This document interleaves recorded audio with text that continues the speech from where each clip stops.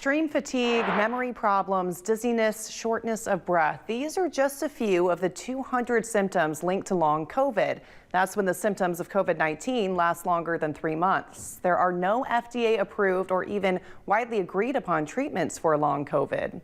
But now researchers are trying to get to the root of the problem in hopes of helping these patients who are suffering the longest. Marty Salt has the details. 4 years after he put on masks, isolated, and got the shot, researchers are still looking for answers as to why some people can shake the symptoms while others can't. We still have very little answers about what causes long COVID and persistent symptoms in most people. The CDC reports nearly 1 in 5 Americans who had COVID-19 still struggle with long COVID. But interestingly, older adults are less likely to get long COVID. Nearly 3 times as many adults, 50 to 59, currently have long COVID than those 80 and older.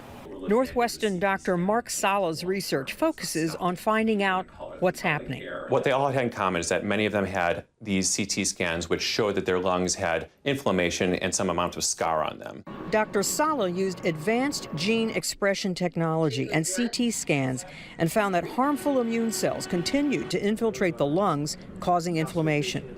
Even 3 months, 6 months, 9 months, or up to a year, we had individuals with an ongoing migration of inflammatory cells. Dr. Sala believes that this research will not only lead to new treatments of long COVID, but help people with other lung problems. What's next in our research is finding out how to stop the influx of these particular cells that we know to be associated with fibrosis and trying to help that situation, whether it's after COVID, after flu, or in other conditions.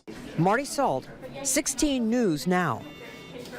It's also important to note the CDC reports the percentage of adults with current long COVID symptoms varies by state. Kentucky, Alabama, Tennessee, and South Dakota have the highest rates, while Hawaii, Maryland, and Virginia have the lowest. We'll be right back. Stay with us.